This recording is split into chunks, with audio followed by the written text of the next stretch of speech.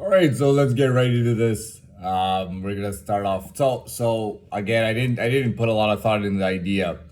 Doesn't mean it won't be a good video and good content. The idea was two things that I've been covering lately. So one of them is being in a system, a world system, for example, or a global system. If you're a farmer, chances are you have something to do with this with the system of a farmer in an international if you're a farmer in, I don't know, Alabama.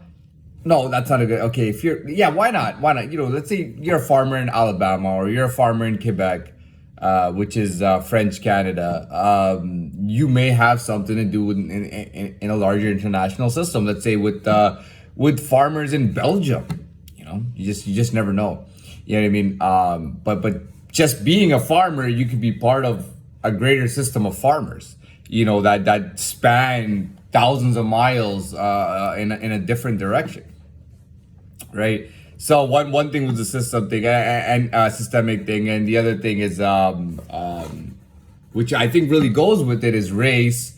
And for me, I'm gonna do the whole Latin descent thing. So there's so many ways to begin. Now, one thing I will say is that when it comes to systemic and it comes to Latin descent or race, there is a term that goes around these days. It's called systemic racism, and that's a big thing. And it basically means that, I'll give you an example. So I've heard this about specifically this part of Canada, this Toronto region, and also in the United States. It's actually really big in the United States. It's funny because Americans don't understand. They really do influence Canada, right? But they're not the only. They have a border that's right there. They're the only country that borders Canada. Okay, so from both sides. So Alaska didn't go to Russia. It's an American area. If it wasn't for that, Canada would border Russia, but they actually blocked that off. Okay. Despite that, America doesn't have as much influence as you think it might. They do have a little, they have more, I would say they have quite a bit due to the closeness of the distance, but they don't really have as much as international countries. Now, Toronto, as of today, is a different question, but I'm talking about, the old times and the rest of Canada.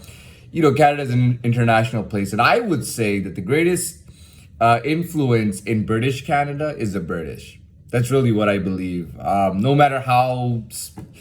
the British are really crafty at some of the things they do, and the French, without any denying, have a very, very strong influence in French Canada, which is a big state or province. It's like, I think it's like as big as Texas or something almost. So it's a big amount of land. And the city is Montreal, big party city.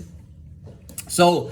One of the systemic racism fell on the police force, and everybody wants to change the police force. They think that the police force targets non-whites and ethnic minorities. Okay, that's the big thing. I'm not saying I'm for it or against it. I wanted to throw that out. I mean, I almost feel like I'm doing a textbook lesson right now, which I didn't even plan, which makes my lesson way better. But anyways, I just wanted to throw that in to give an example, systemic racism. Now, I'm also going to reflect on myself. Now, with this Latin thing, I mean, what does that mean? I mean, do I play mariachi? Do I have maracas and all that stuff? And do I play Spanish instruments? Do I speak in a strong Spanish accent? Do I fluently speak Spanish? What can make me more Spanish? Trying to think of something. What do people stereotype Spanish people with? That's a really good question. I've never asked that or heard that asked. I really don't know what stereotype with people from Spain. I don't know. People from Spain are just supposed to be very proper. They're supposed to be gentlemen, you know what I mean? Like people in Spain are supposed to be very proper without being over the top and oh, we're so monarchical. Oh, Prince Jose did this. I don't mean that out of disrespect, but oh, Prince Jose did this amazing thing today. Prince Jose tied his shoes today, and that's making news all over the world. So I mean, Spain is typically not like that, and typically there are no real stereotypes with Spain. Now, the point I was getting at when I said, "Oh, I don't speak fluent Spanish, and I don't play mariachi, and I don't do that stuff." By that, I was kind of referring to Latino people, and they're. I mean, it's funny because Latino people do use the term Latin. Okay, the word Latin is used even by the young people. They understand what Latin is.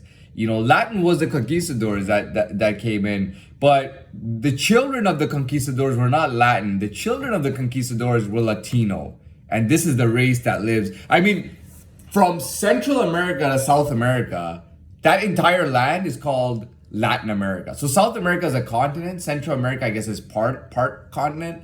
But that entire land is called all of Central America, and South America is called Latin America. In North America, you have Canada and the North, where nobody lives. Okay, Canada, over 90% of Canada's population lives along the U.S. border, right along the border, and they have all this crazy thousands of miles of land, which is just empty. So you have United States, and under the United States, you have, I guess, south of the United States, we would say, you have Mexico, which is also a large country. So Mexico is part of North America, and it's also Latino. It's a Latin country. When it comes to the United States is I wouldn't say heavily populated, but there's a significant Latino population. I think almost everywhere you go. I mean, unless you're in segregated parts, and there still are segregated parts of the United States. I mean, if you talk about any major city or state, I mean, there's always Latino people there. Okay, and they will also call them Hispanic. I don't know what Hispanic means. I've heard of Hispaniola, and I think that was one of the cities declared in Latin America. I don't know what that means, but instead of Latino, some people say they're Hispanic.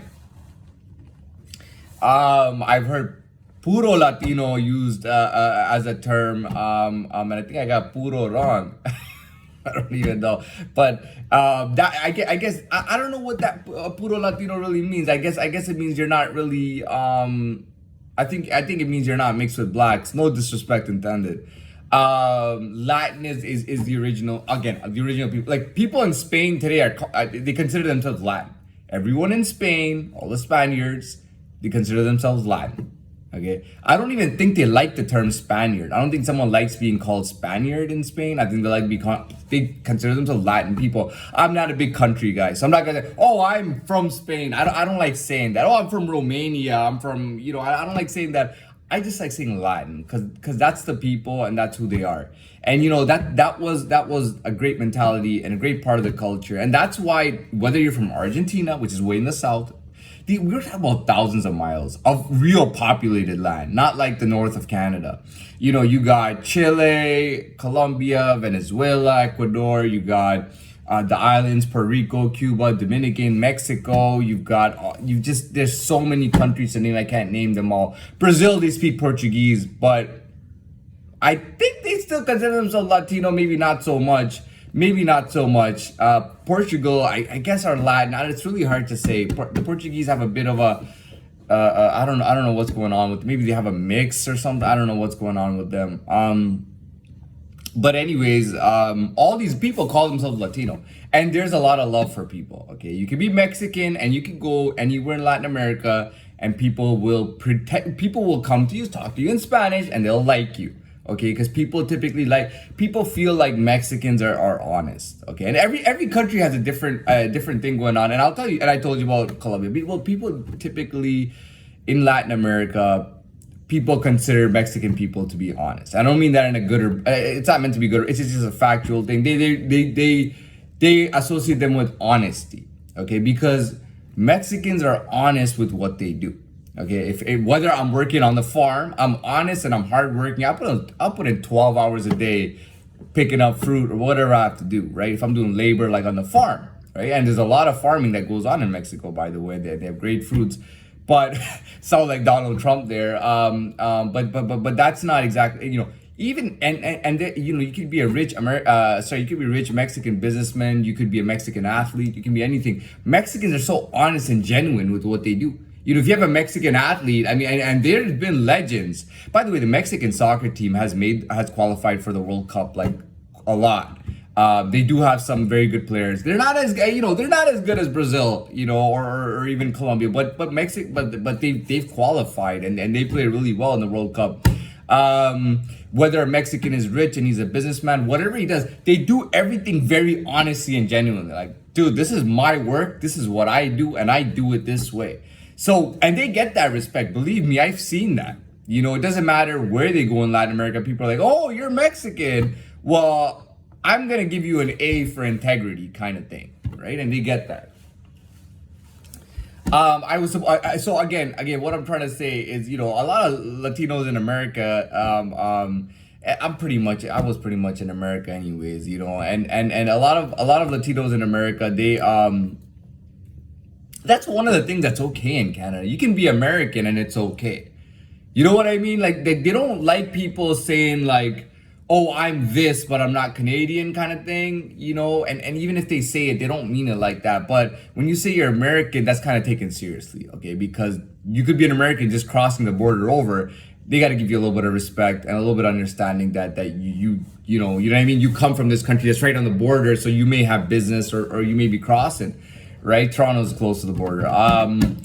But the thing is, a lot of Latino kids, and even before this, even before my generation, there were Latinos being born in America, and they might speak Spanish to their parents, or they might speak some Spanish, but they're not fluent in Spanish. They don't play mariachi. They listen to hip hop. They listen to house music. They speak English fluently. They know all the cultures. They play American football. They play soccer. They play baseball. You know what I mean? Like they're just like they're Americanized too. You know what I mean? Like they grew up in America, born and grown in America. You know what I mean? I did my first year of school and my second year of schooling in Houston, Texas. Okay, so it doesn't mean that we're not really Latin or we don't. You know what I mean? But they call them Latino, and we speak English perfectly, and we know how to deal with people here. We know how to live here, and we know what it's like to live in like a top country, like a world class country like America. And that's all great, like I told you, there was always confusion with me, okay, because everybody thought I was Arab. So and I'll tell you really what happened. What would happen is that like people would think I was Arab, and I would say random things. I would say I'm from Afghanistan. I would say I'm from here or there or whatever, and people would never buy it.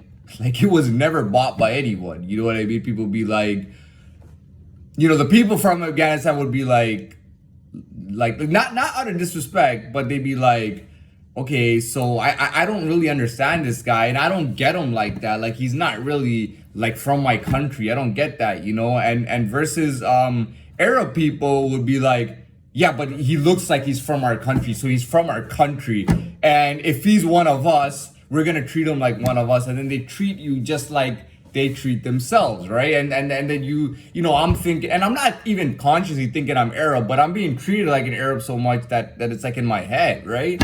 Like where I was going to school, everyone was like, there were so many Arabs, right? And then like when I started going to college, when I turned 18, I started going to college. Even my finishing high school, college, I didn't even go to college really, but finishing high school, attending college for a month, and working in downtown Toronto for 4 years, right away, the races just changed. Okay, so when I went to Toronto, right away, I started meeting Latino people, everywhere. You know what I mean? At work, here and there. I would meet Latino, all kind of Hispanic and Latino people a lot. And it was really, at 18 years old, when I was 18 years old, I visited Los Angeles, California on a trip for a little while, and I came back. Right in the summer, in my summer break, and then I got that job that year as well in my 18th year, and then everybody thought I was Latino, and I got treated like a Latino all the time. And even when people thought of me as Arab, they would always be, "What's wrong with this guy?" It must be because he's never read the Quran.